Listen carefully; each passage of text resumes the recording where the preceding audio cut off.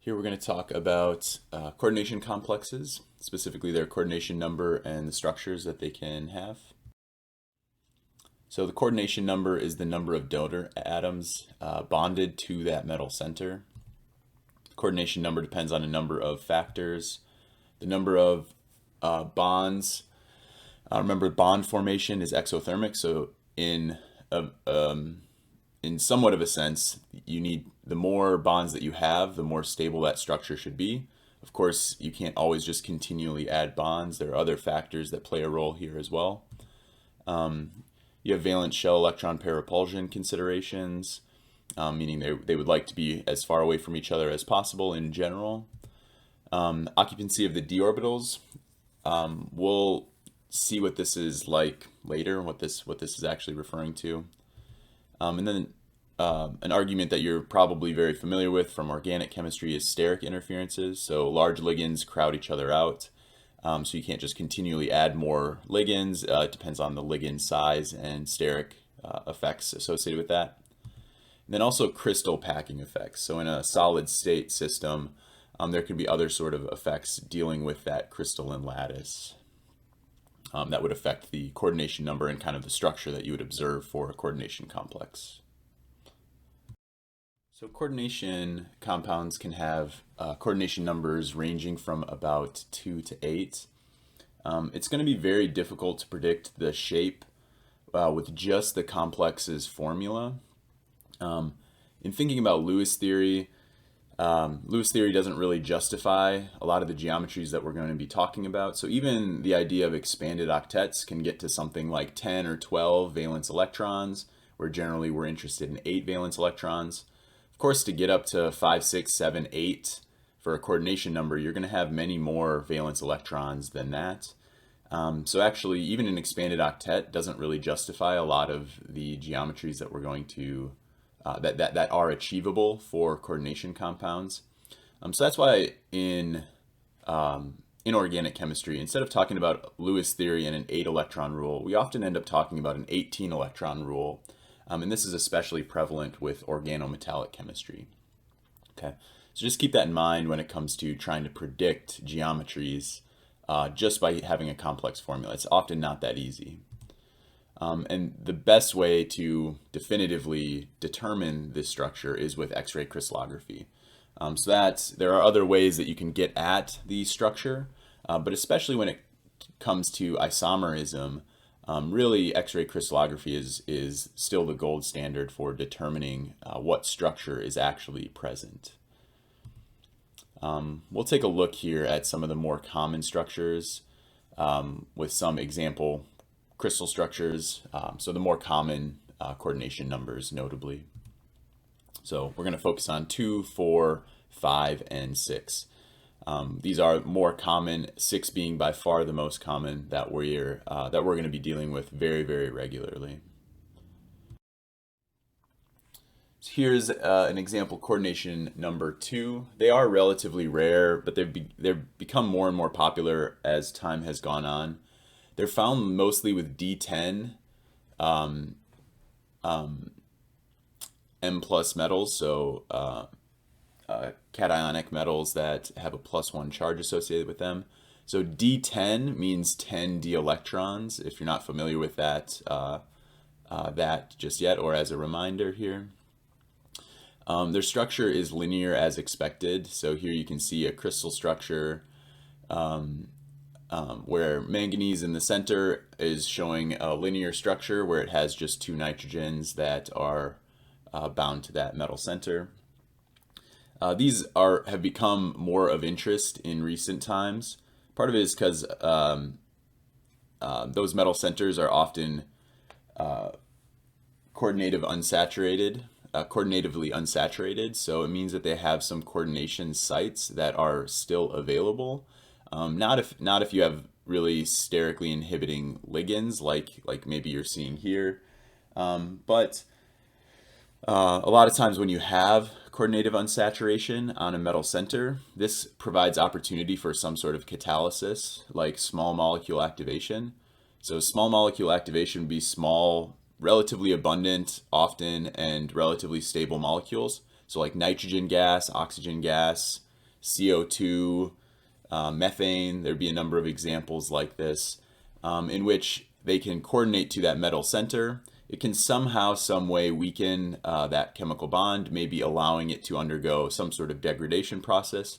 You can envision why this would be of interest for something like CO2 or other sorts of problematic compounds like nitrous oxides or something like that that you would like to catalytically degrade. So there's this is of interest for these kind of coordination number 2 coordination complexes, which before they were really rare. They're still pretty rare, but there's been a renewed interest in them for those reasons. We also have coordination number 4. We're familiar with other coordination 4 compounds, and you have two common structures. We have tetrahedral and square planar, both geometries that you're already familiar with. Square planar is most commonly found for the D8 metal ions, so platinum +2 and palladium +2. And here's some example of a platinum compound and a palladium compound that are actually square planar. There are reasons for this that we can get into later. And actually on the bottom left there, that is called cisplatin. It's a chemotherapy. And cis, you can see that it has a geometry that is cis. You could also have trans, in which the chlorines would be on opposite sides of each other, for example.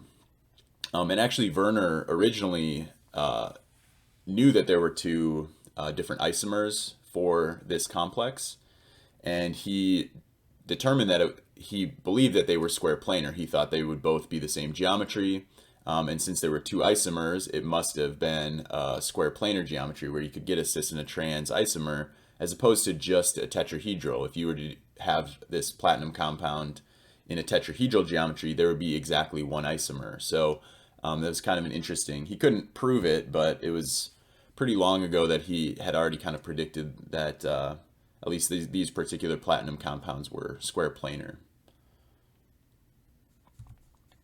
You also, nickel +2 and copper +2 can also be square planar. They can also be tetrahedral or some intermediate between the 2. Tetrahedral structures are found when small ions of high positive charge are crowded by large ligands. So here's some examples of that. So D0, D10, and there are a few D5 examples that would have these tetrahedral geometries. So here you have a manganese, a nickel, and a copper complex that are all, and you can see D0, D10, and D10, and these are all tetrahedral geometries. And again, you're familiar with what tetrahedral geometry is. All right, coordination number 5. Most common structures for coordination. This coordination number: trigonal bipyramidal and square bipyramidal. And here you can see examples of those. You're familiar with trigonal bipyramidal, and square pyramidal probably not as familiar with in general, but certainly you've been exposed to that as well in the past.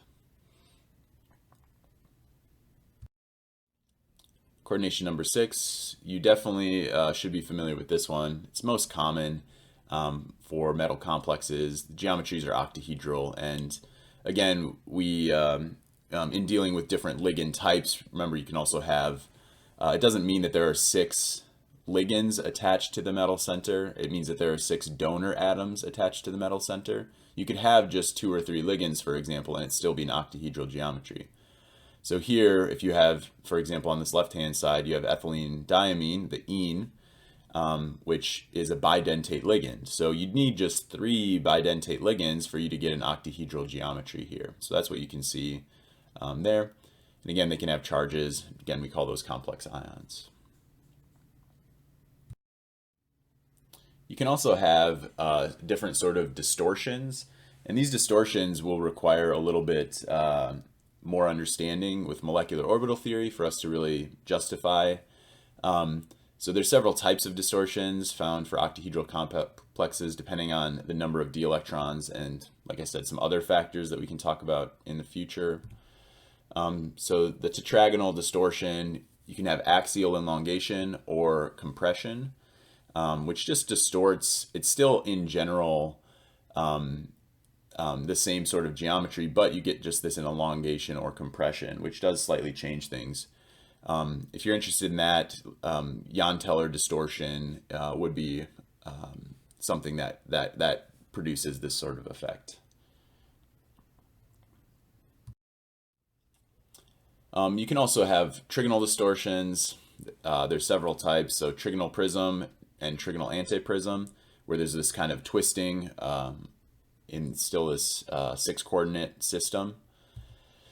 Most trigonal prisms have 3 bidentate ligands. So these ligands are essentially holding that in a particular geometry. And you can see what that looks like here. You can see that those bidentate ligands are contributing somehow to that trigonal prism sort of geometry, as opposed to something that would be more along the lines of a strict octahedral geometry.